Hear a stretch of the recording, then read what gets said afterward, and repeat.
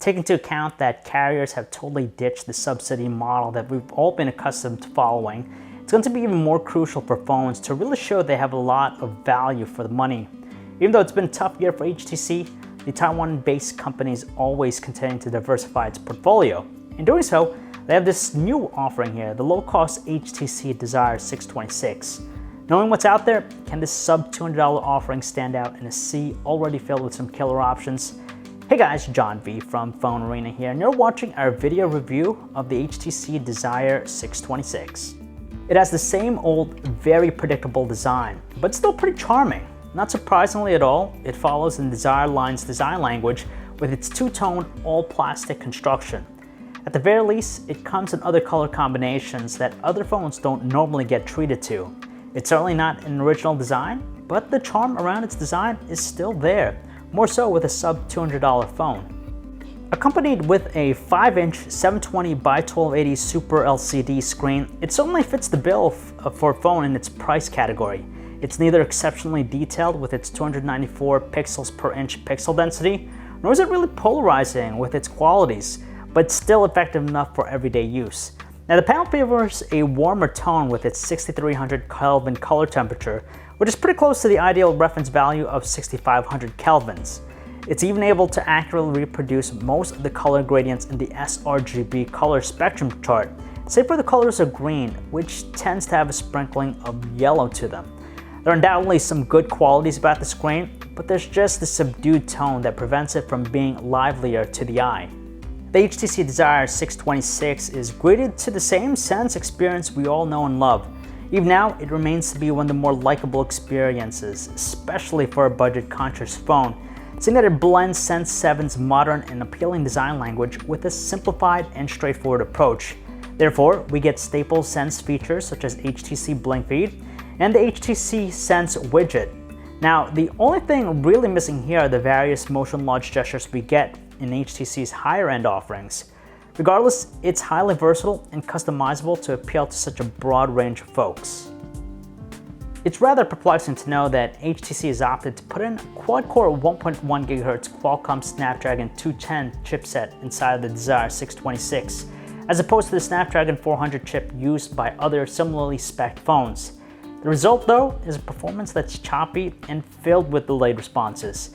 Yes, it handles basic stuff with ease, but not so much with everything else. It doesn't help either that it's paired with only 1.5 GB of RAM. Looking into its camera hardware, we're given an 8 megapixel main rear camera and a 5 megapixel front camera combination.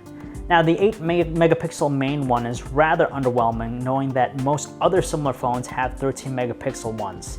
Despite that, the camera interface is exactly the same as other Sense 7.0 running phones, save for the fact that we have only 3 main modes. You have automatic, HDR, and panoramic. We tell ourselves that we should be content with what it produces considering it's an entry-level offering, but we expect better from it. Fine details are non-existent as it captures photos that appear smudgy, and that becomes more apparent as there's less lighting in the shot. Even though digital noise is kept to a minimum in extreme low light situations, its quality is just too fuzzy, and a lack of fine details deprive it from being a strong performer. However, we do like how its HDR mode performs under high contrast scenes. And you can forget about shooting videos with this one, just don't do it. For one, it maxes out at 720p resolution, which is a shame because other phones are capable of running at 1080p. What's worse though is the fact that it produces soft and subdued details, which isn't aided by the heavy noise and the crackly voices that the microphone picks up. Jumping over to the Sense music player, it features the same visuals and operations we're familiar with.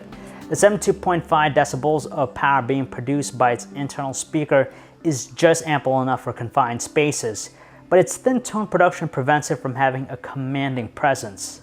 Video playback isn't an issue here with the HTC Desire 626, as 1080p clips play smoothly without any evidence of choppiness.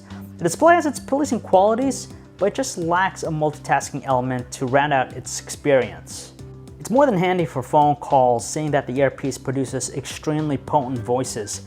However, the microphone tends to make voices sound raspy on the other end line, while the subdued output of the speakerphone makes it challenging to use. Don't be quick to judge this one and its 2000 mAh battery, just because it achieves better results than some other phones with beefier size capacities. In fact, it reaches a respectable mark of 6 hours and 32 minutes in our custom battery benchmark tests. That's pretty good in our book, but it's made better knowing that it's more than long-lasting to get us through a solid 1 day of normal usage. Right now, the 2015 edition of the Moto G is the benchmark that many folks will use to compare phones that are within the same scope. The HTC Desire 626 outright price point of $185 makes it an attractive offering, especially if you find its tailored design to be better, but it's still an underperforming package that doesn't threaten the Moto G. That's pretty concerning because you're going to fork over just a smidgen more for it, plus it lacks the better specs of the Moto G. Now, we won't deny that HTC has something tangible here for consumers who don't want to spend a fortune on their next phone, but we just expect better results everywhere to keep it in the same pedestal as some of the other priced options out there.